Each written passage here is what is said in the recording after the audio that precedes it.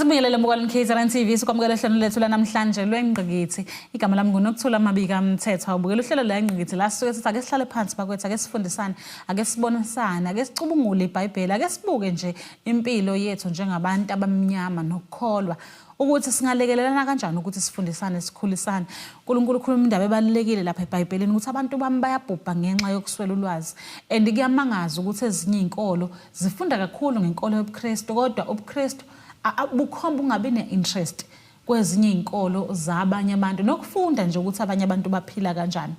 Sibuyile futhi namhlanje nesinye isihloko sethu namhlanje soke sithi ukukhuluma kahle ngaso, ikakhulu njengoba sizokhuluma namhlanje ngomthandazo. Mawufisa ubengxenye yohlelo lethu namhlanje 035 789 8855 noma usinokuthula email1kzntv.co.za.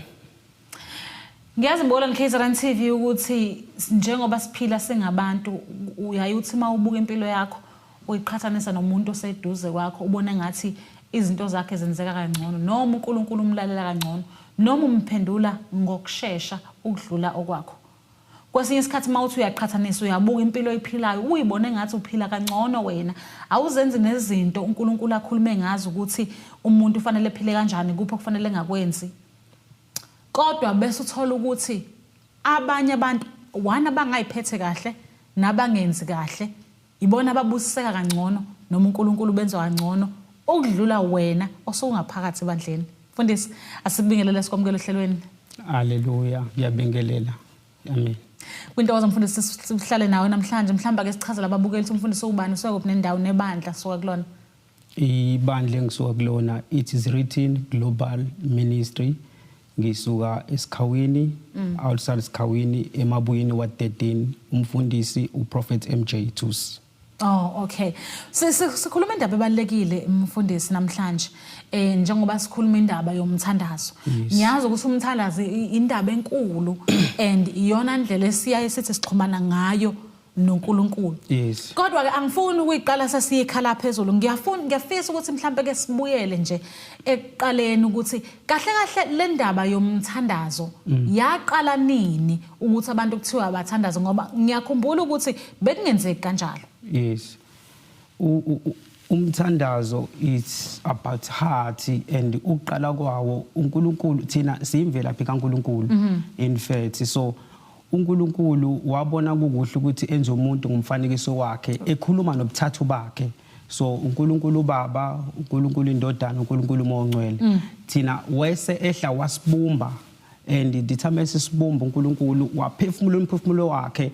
Njalo ke wayese emnema wasithi uAdam wayesemvakashela njalo ensimini yaseEden. So umkhuleko uqala lapho. Dithambe bezokhuluma baya communicate, ukuthi ukukhuleka usuku communicator. If usikhuleka ukhuleka njengoba sikhuluma kusuke kumthandazo, nisho noma ufuna usuthandaza kuNkulunkulu ukhuluma njengoba sisuke sikhuluma. So uNkulunkulu unendlebe ngoba wakwazi ukuthi edala amehlo nawe uyabona. Wadala umlomo nawe uyakhuluma futhi nendlebe konke into ama-senses unawo uyezwa, kodwa thina kudinga ukuthi sihambule kuyena. We have to give him honor. Umthandazo wethu uzozwakala. Mfundisi, ngifisa ukwazi ukuthi uyazi ukuthi uNkulunkulu ngalesikhathi ngoba usuyithintile indaba kaAdam, ngalesikhathi uNkulunkulu edala uAdam wabe semnika konke okusensimini. Yes. Ngokwami sasingasekho isidingo sokuthi uAdam ekhululeke. Mangifunda kahle kwangathi base bevakashelana nje ngenxa yesizungu, ngoba uNkulunkulu wayesemnike konke uAdam. Okuthi thina mhlawumbe efanele sikucele yena wayengasenasicelo esiya kuNkulunkulu. Angazi noma ngikhona la ngimisisha khona. Yes, into amnika yona wamnika konke nedominion ukuthi ebuse. Okokuqala uNkulunkulu washaya isitha ezulwini. Yeah. uSathane. uSathane waba nejealousy ebona ithrone kaNkulunkulu ukuthi nayo sifuna ukuhlala lapha kuleya throne. Wase emshaye yena futhi wathuma ingelosi zakhe. Kwaba khona iwar ezulwini. So uSathane washawa wasehlala emhlabeni. Wathemba ukuthi kunomuntu since singithe si-image kaNkulunkulu.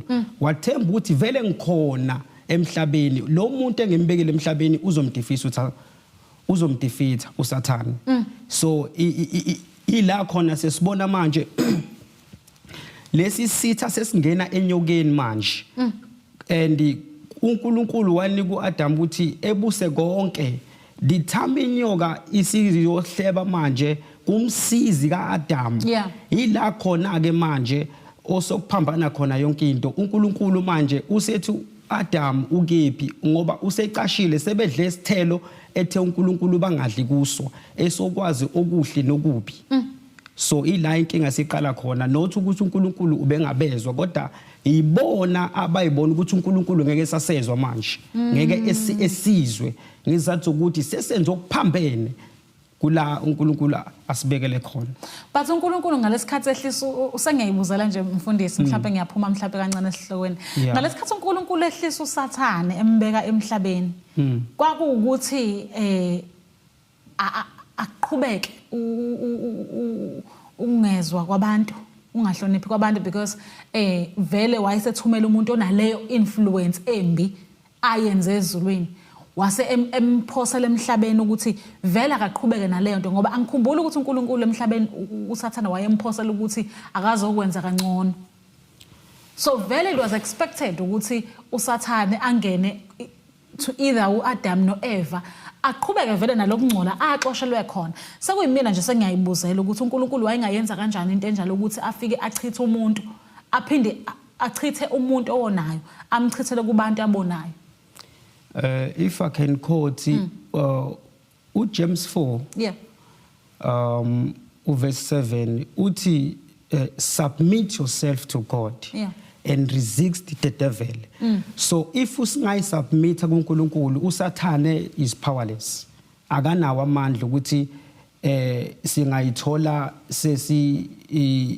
sesihlaseleka sesimsaba uSathane cause uma uzonaka manje abantu sebaza amandla kakhulu kaSathane uma uzohamba lemgwaqeni uzobona ingozi bazobuka ukuthi uSathane wenze lento so uSathane abantu bamsaba ngalendlela lexakile amandla kaNkulunkulu abawazi uyazi ukuthi why simsaba is because masifunda iBhayibheli siyabona enyakaza samakhosi amakhulu eBhayibhelini mhlambe angazi noma ngisebenzisa igama elihle noma ngithe nyakazisa but elinga nalo igama elinga amakhosi amakhulu abantu ababekholwa ngenhliziyo zabo zonke kuNkulunkulu bese uyabuka ukuthi mina njengomuntu ngizophelelaphi if ukuthi uSathane ubekwazi ukwenza izinto ezokuthi elinga amakhosi amakhulu kangaka eBhayibhelini ekulingeni kwawo akusikho ukuthi mhlambe uSathane usuke enamandla ukuthi engawa oppress amakhosi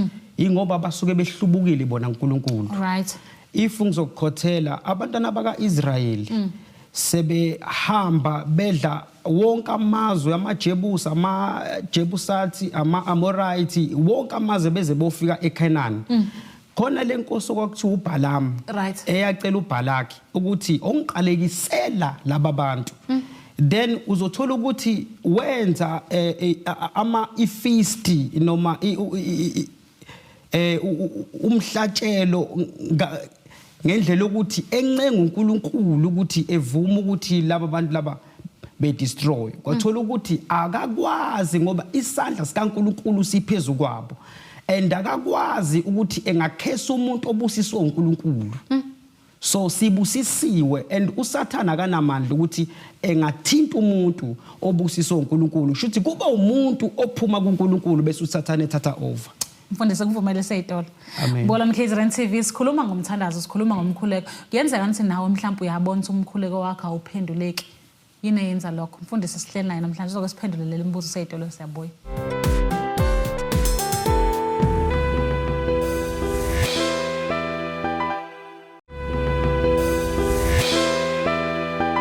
Asiphinde sikomkela Mbolani KZN TV sabuka lihlelo lengqikithi sikhuluma naye umfundisi namhlanje sikhuluma yona indaba yomthandazo ayiphenduleki man ayiphenduleki yazi kubhlungu ngisho ubona izingane ezincane kunawe ubona uNkulunkulu eyibusisa uthi mawubuka ukuthi yini le abayenza kangcono ubona ukuthi awuboni wena ukuthi yini le abayenza kangcono le wena ongayenzi sesikhokhile amathikithi esile emasontweni ayizikho inkonzo esingayiyanga but uNkulunkulu utsenza ukuthi owethu umthandazo akawuzwa mfundisi ukhulume indaba ebalekile wathi umuntu uNkulunkulu wayisukeza kumuntu yes but angibange ngisezwa uma sekuwumuntu oya kuNkulunkulu kuqale nini ukuthi kube umuntu manje osekuyena oyokhuleka uNkulunkulu eyocela mangathatha ngibeke uNkulunkulu the time esekhuluma noAdami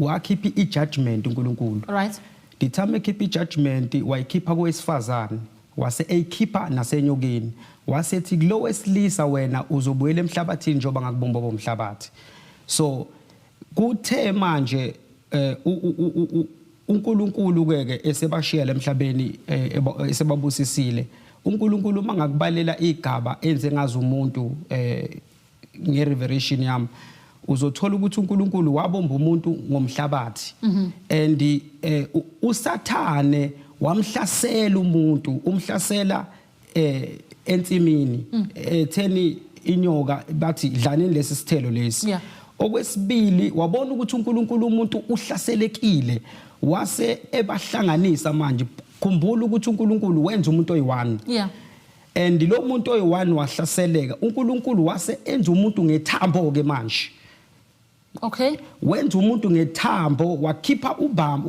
ubambo wasethi nangu umuntu oyihelper yakho wasethi uAdam lo uyindoda gazi wase ebahlanganisa laba ebabusisile base bazana dithambazana wasedala umuntu ngesidi impela manje right khumbula ukuthi udala umuntu weflesh wadala umuntu ngethambo wadala umuntu ngesidi usephinde futhi uyabona ukuthi konke lokho ukuthi okuthathu uSathane uyakuhlasela and why ehlasela isidi manje siyabona ukuthi uKhayini usebulala umfowabo uSathane usengena kuKhayini usethi mina ngumlindi womfowethu yini so icommunication kaNkulunkulu nabantwana baNkulunkulu yayiqhubeka noma bemdisobeyile uNkulunkulu so sesithola manje la khona uJesu manje esefika uNkulunkulu usethumela iangel yokhuluma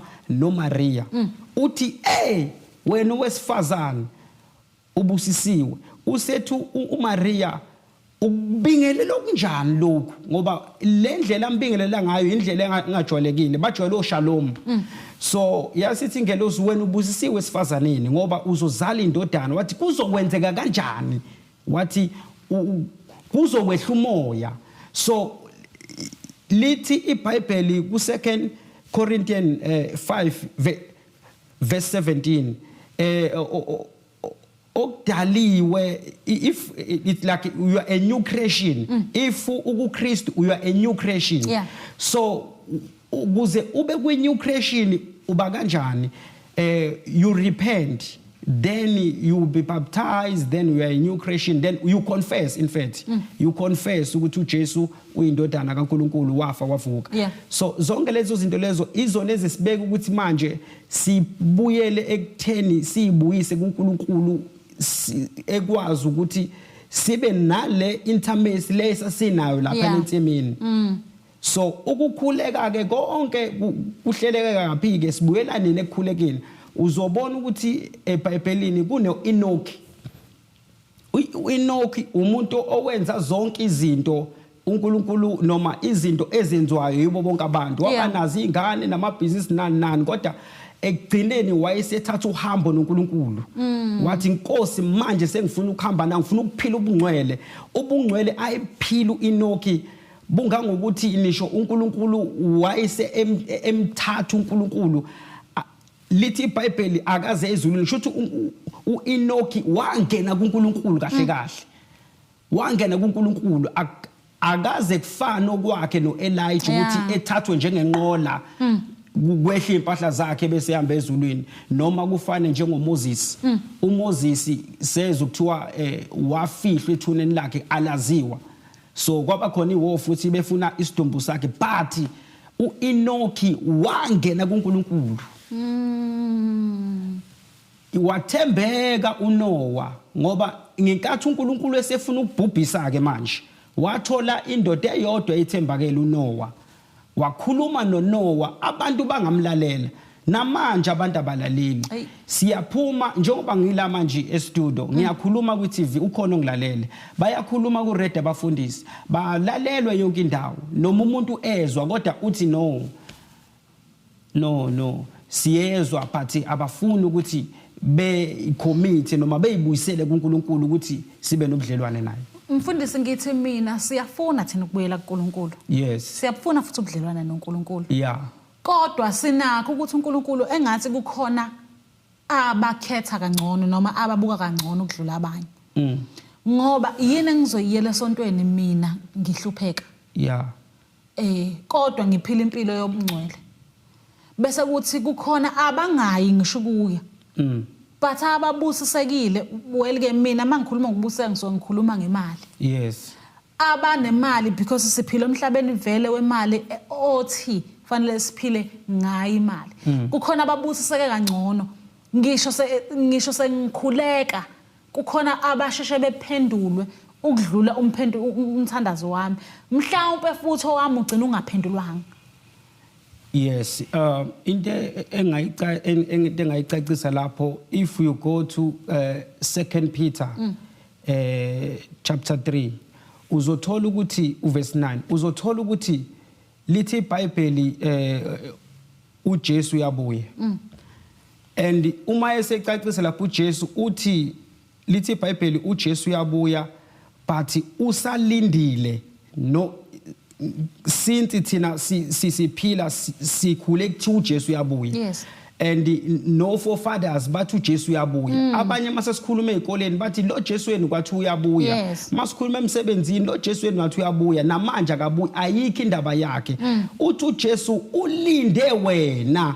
So if wena usuphendukile emndeneni wakho and uthi kuMay 2:28 18 and 19 hambani nishumayele izizwe zonke. So wena once waphenduka emndeneni wakho wena usuyilight. So wena usuyinceku kahle usumfundi shumayeza ifamily yakho ungafuni ukuthi usindiswe wena ibhubhe ifamily yakho. So abanye abantu ke bazothi wena usindisiwe noma wena umzalwane awusebenzi kodwa thina asiye enkonzweni and kodwa siyaphumelela. All right. Usathane lithi iBhayibheli kuJohn 10:10 uzelana he came to rob and to steal and to kill. So uyakwazi ukuthi ekuhehe ngento kodwa uyazi ukuthi uzokubhubhisa ngayo kusasa. Sinabantu lana othola ukuthi usuke emakhaya eze emadolobheni ethola umsebenzi omuhle ehlala emafletini. Yeah. Bese uthola ukuthi impilo ayiphilayo akasambonga uNkulunkulu lo omnikile lesisinkwa lesi. So usesimbona phi sesimbona ehamba indlela zezwe lezi indlela zezwe livele uyazi ukuthi usathane uzomthola kuzo. Yeah. So iyona lento lena edala ukuthi ngazi ukuthi abantu basezweni bayaphumelela thina esindisiwe siphumelele. Asiyidala umfundisi. Amen. Bona Mkhize TV siyayitolo sobuya siqedela nomfundisi.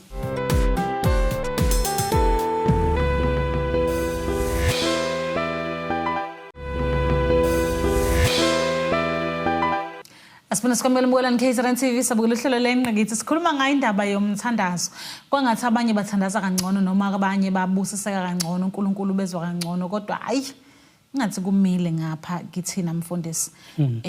Siyabazalwane. But ngifuna ukwazi ukuthi yini le eyenza kube ngathi thina asenzi kangcono noma sikhuleki kangcono eyenza ukuthi thina singabusiseki. Bese kuthi laba abanye mabekhuluma noSathane nje mhlawumbe ngibeke nje kanjalo. Yes. 1 kuyashesha kwabo. 2 bathola izinto abayidingayo. 3 baphila kahle bela emhlabeni. Akukho ukuthi bathenjiswe ukuthi njengoba thina sithenjiswa. Yes. Yini lokho ngathi thina asikwenzi kangcono kwenza ukuthi uNkulunkulu angasibusisi ngalendlela thina esibuka ngeso lethu la emhlabeni. Yeah. Emphasize May 2:6 verse 33 uthi seek ye Thy first. kingdom first. Yeah, seek the kingdom of God first and all will follow. So kwezinye isikhathi thina sifuna izinto zakhe uNkulunkulu asimfuni yena. So zonke izinto esiyidingayo masingafuna yena yonke into uNkulunkulu engasiprovide uthi igolide nesiliva lingelakhe. So sithola manje ke since kunama strongholds mhlawumbe kuze izinto ezama strongholds, ama strongholds uthola ukuthi kunama principalities abusayo nama building ama occult abawenzayo abantu ukuthi bedonse abantu bezothenga abanye ama service abo ehambe ebe izinto abazenzayo zikwazi ukuthi zidroll imali. Thina ke ngoba siyamsaba uNkulunkulu asisondezi ezintweni ezifana nalezo kodwa sijaha izinto zakhe singamfuni. So kukhona la esitwista khona ke lesingasiboni khona isibusiso. Once saqala ukufuna uNkulunkulu sizosibona isibusiso sikaNkulunkulu. Bese kuzothi laba ke aba obeya ama strongholds uthi amahubo ku 24 verse 7 uthi kunama gates and kunama gates neminyango. So kunama gates akhulumayo ukuthi kunama gates anamakhanda and neminyango futhi inamakhanda. Lamakhanda ayabuza ukuthi lo ongenayo ubani. So uthola ukuthi wena uyafika uya apply umsebenzi lamakhanda lawa the time ekhuluma ayabuza ukuthi lo ngubani. Wena ngoba awu obey noma awu submit kuma altar abo wena vele uzo reject. Kuzothi uNkulunkulu ethule ngalesikhathi ngireject. If angithi imbuso le ewu2 wena kudetermine ukuthi uclose kangakanani noNkulunkulu. Akumele ube neutral kodwa ku draw yourself to God and him he will draw closer to you. So the time usondela uNkulunkulu leminyango lene bivalekile akusezi ukuvula wena kuzovula yena uNkulunkulu.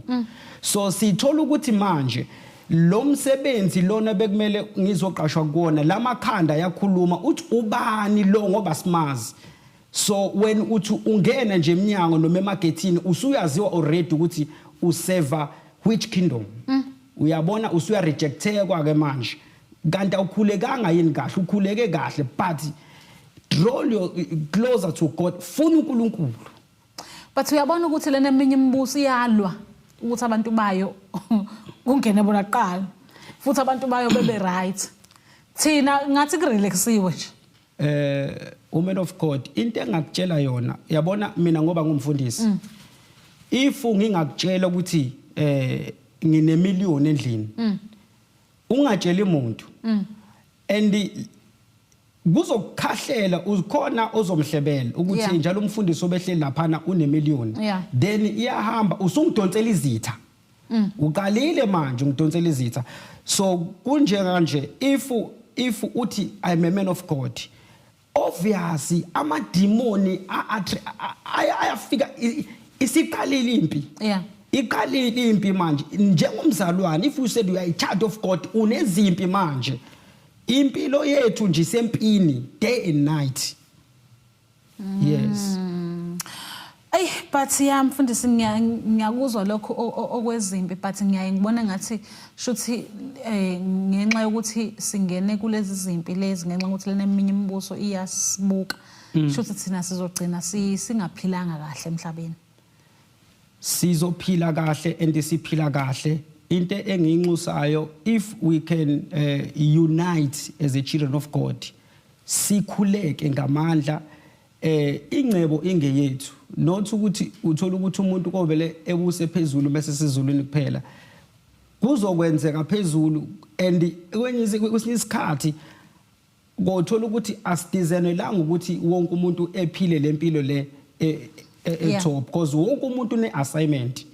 Into engayisho if uNkulunkulu ekunika ivision hlala wazi ukuthi ivision uNkulunkulu akakukhombisi ukuthi uzohamba kanjani kule vision oyithathayo kodwa ukukhombisa idestiny yakho uma uzobuka uJoseph wathi baba ngibona ilanga nenyanga nezinkanyezi akwazi ukuvela semthamu inyanga nelanga kuveli semthamu kuyaphambana inyanga ibuse ebusuku ilanga libuse emini futhi izinkanyezi asizibone emini noma ngathi uthanda kangakanani kodwa uthi yena uJoseph ngibona inyanga nelanga nezinkanyezi semthamu and ubaba wayirecorda le message waqala ke manje abafowabo basebeba yini izitha and abafowabo dithamseza manje sebezobalethela ukudla bathi nangu lo mfana wamaphupho uyathola manje ukuthi uJoseph uthatha ufakwe emgodini dithame efakwe emgodini uzothi uNkulunkulu kephi ngoba ungikhombisa ukuthi mina ngizoba ipresident kusasa ungikhombisa ukuthi mina ngizoba umphathi wakusasa walelizwe leli so ngizoshintsha impilo zabantu but angiboni manje simbona uJoseph sephoswe emgodini but into enginothisa mase semgodini umgodi identify ukuthi wabuka phezulu kwakubiza ukuthi ephike enxuse uNkulunkulu isondeze uNkulunkulu simthola manje sebayamphingisa manje kuthiwa njengoba umka wenkosi oyekade elena eslave khona sebefuna ukumbamba uthi lala nami wabamba igawuni yakhe wathi uma ungavumi ngizobamba igawuni yakhe ngi-expose ukuthi wena ubufuna ukulala nami so zonke lezo zinto bamfaka ejele ekugcineni usesiza labantu laba kade bemrejecta labantu laba kade bembulalisa bemdayisa befuna ukumbulala so kwezinye isikhathi uzothi wena uyahlupheka kanti awuhlupheki ijeni lena ofanele uyihambe ngoba ukuhamba lolu hambo ukuhamba carry testimony ucarry testimony yokusiza lo yamzalwane lo yasisi noba izimo esiphila kuzona ayifani asedola Bolan KZN TV sehle namfundisi Thusi namhlanje sikhuluma indaba yomthandazo kuhamba kanjani kuwena emthandazweni ophakathi kwakho noNkulunkulu okunye mhlawumbe mfundisi ngifuna sikukhulume masibuya ngapha eTolo amen angazi ukuthi kukuphi laphana ezweni likaNkulunkulu noma nje yithi esijwayele ukuyikhulumela masithi uNkulunkulu unisa imvula kubo bonke kusho ukuthi nabathakathi bayathola yes wonke umuntu uyathola isibusiso sikaNkulunkulu yeah bese kuthi bona mase bebusiseka akukho ukuthi sizothola sonke bashiya ngaphandle setolo siyabuya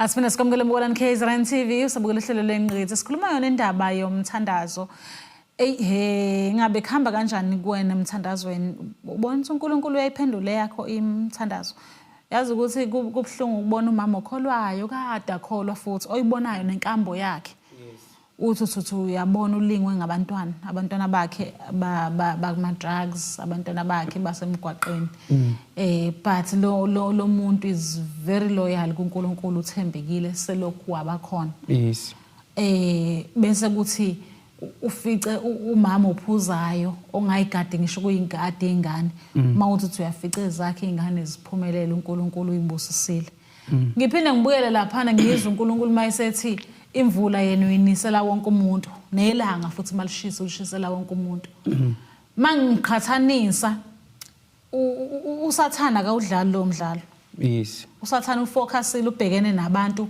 bakhe yes okuyibona ababusisayo bese ngiyabuka ukuthi mhlawumbe kube noNkulunkulu bezoqondana nje nalaba abhekene nabo mhlawumbe bese ngeke sicaze kangaka isibusiso kuze kube ukuthi mina esami ngoze ngisithole ngo2060 ngoba besanikeza abanye abangekho in the business of uNkulunkulu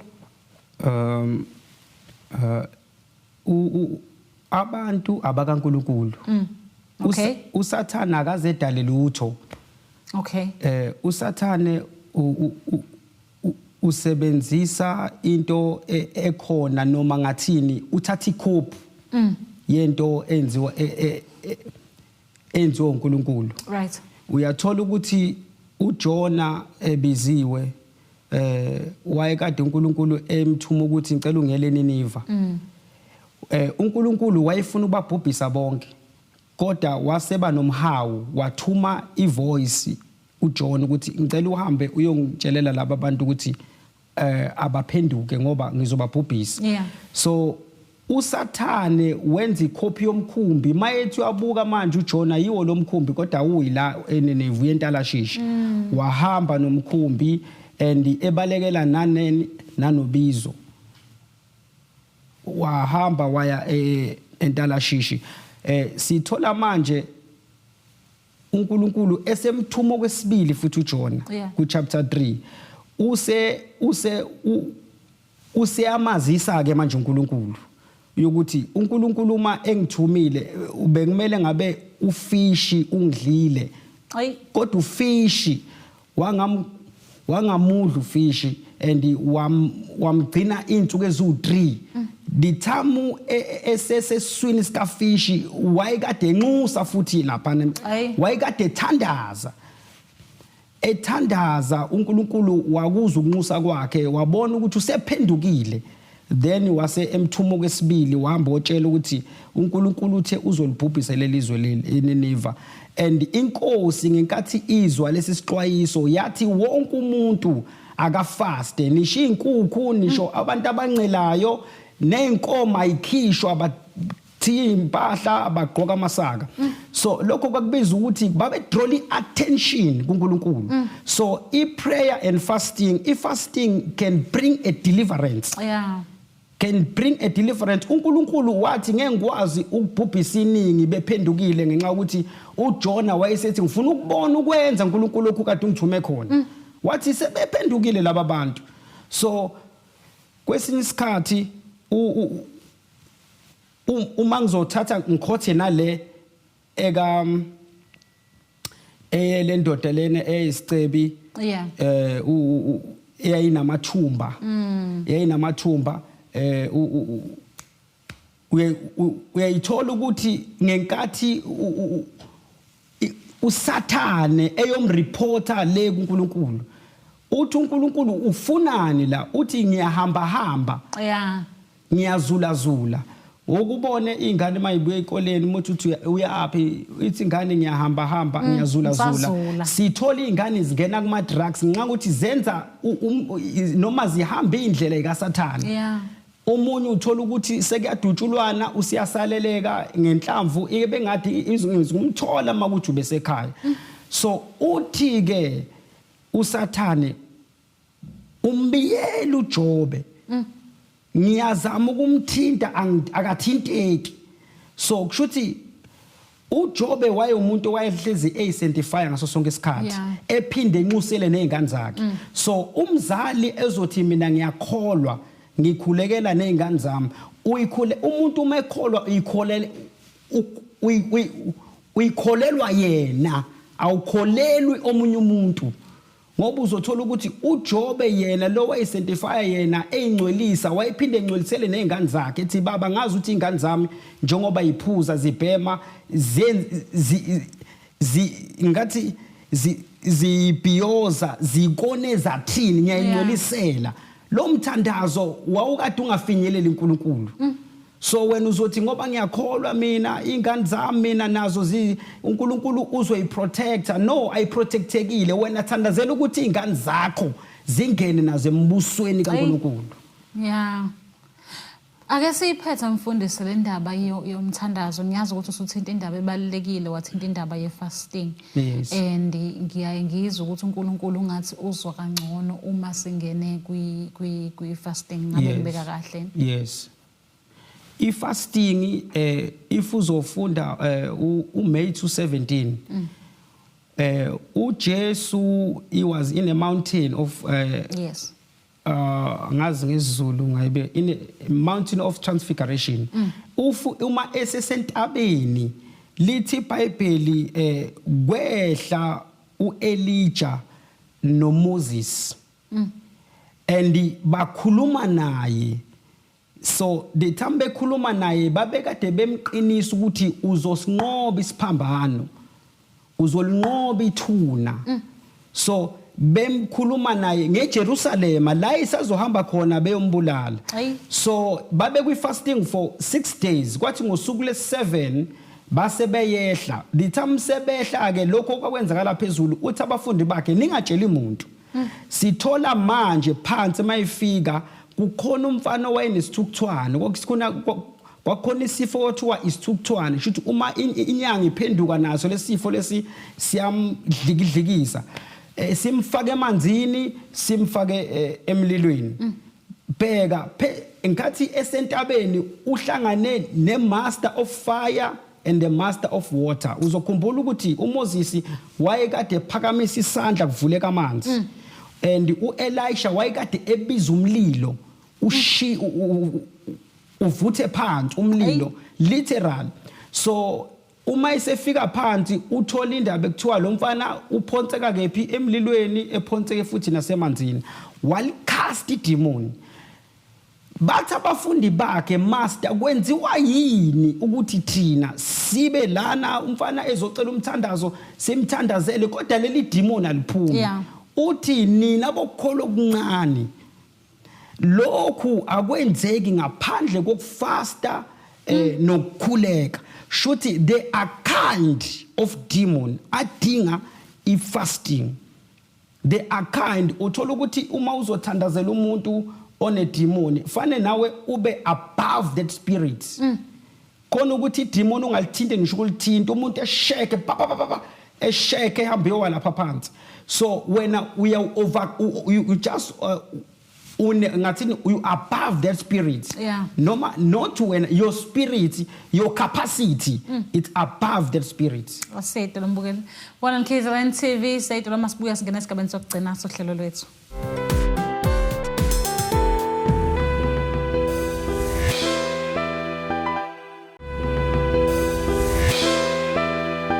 Asipina sikamwela mwala nKZN TV njengamanje singena esigabeni sokugcina sohlelo lethu sekufaneleke manje siphuthume inkonzweni siyobona nokuthi umfundisi bakhonza kanjani ebandleni lakhe ake simdedeleke mfundisi asibonga kakhulu ngesikhathi sakhe amazwi akho okugcina njengoba sikhuluma ngomthandazo athini ngingathi uthi amaHubo 51 verse 10 create in me a clean heart and renew a right spirit within me ngisho umlaleli nalomlayezo ukuthi akacela inhliziyo entsha kuNkulunkulu and uthi uProverb 23 verse 26 uthi uNkulunkulu give me your heart suthi lamazwi la uyayidemand uthi give me your heart and delight your eyes in me and watch my ways ziphi indlela kushuthi kunama principles and commandment okumele thina singabazalwane sihambe ngawo lo mgomo lo uNkulunkulu asibekele wona once isenza kanjalo we be blessed isibusiso ngikhulekele nabantu abanabantu uthola ukuthi aka isibeletho maye kodokotela sivalekile but ngomthandazo singeke ngahlangana nawo amakhesi amaningi afana nalawo and manje nginama testimony abantu abaphethe ingane abekade bethi odokotela wena ngeke uzuzale omunye uthola ukuthi odokotela bazothi ibuya in 2 weeks sizoqala ukuthi ungene kuma ukuthi ulinde ukuze bezokufaka emshinini nani but same day instantly umuntu ezala ingane and if uNkulunkulu ekwazi ukuvula isibeletho okuthiwa sivalekile noma ngabe yini umzalwane noma ayilangazelelayo ukuthi asizakala kuyona ngasizakala